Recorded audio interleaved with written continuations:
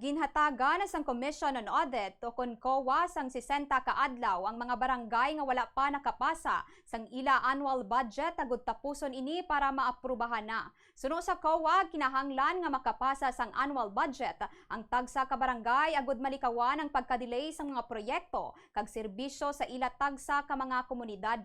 Sa interview sang Bombo Radio kay sa Alacre, punong barangay sang Halandones State, Lapuz, Iloilo City, iyagin pahayag nga madamo sang kinahanglan ilisan kag dugangan sa ila proposed budget sang ila barangay.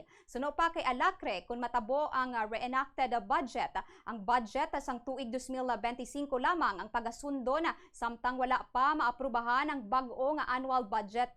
Dugang pa sini nga ila tingwaan nga mapasa gilayon sa bulan sang Marso, tubtob Abril ang ila nahimo nga annual budget, agud malikawan ang pagka-delay sa paggamit sini. Sa matandaan nga una na nga nagpahanumdom si Iloilo City Councilor Rex Marcos Sarabia nga kung hindi matapos sa gintalana nga tion ang annual budget, wala man sa mga programa, proyekto, capital outlay, salary increase kag social services sa barangay.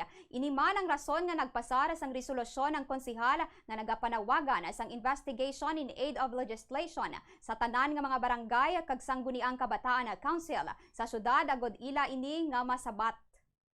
Hindi ko kay sir, di mo na mga tatlo kinakapulan. Sang nagligad gani nga tuig ng reenact lang kami. October nagwa ang manual budget. Ito damo-damo per island mo ni, dugangan mo ni nga budget, buidan mo ni nga budget. Kaya iti kuan man namon sa council nga, daw sobra gini kadako, buhay nini. Kaya ala, nagadugay kami nga nagadugay. Buong ginagawang kinamon na makatapos kami ng Marso or either first week sa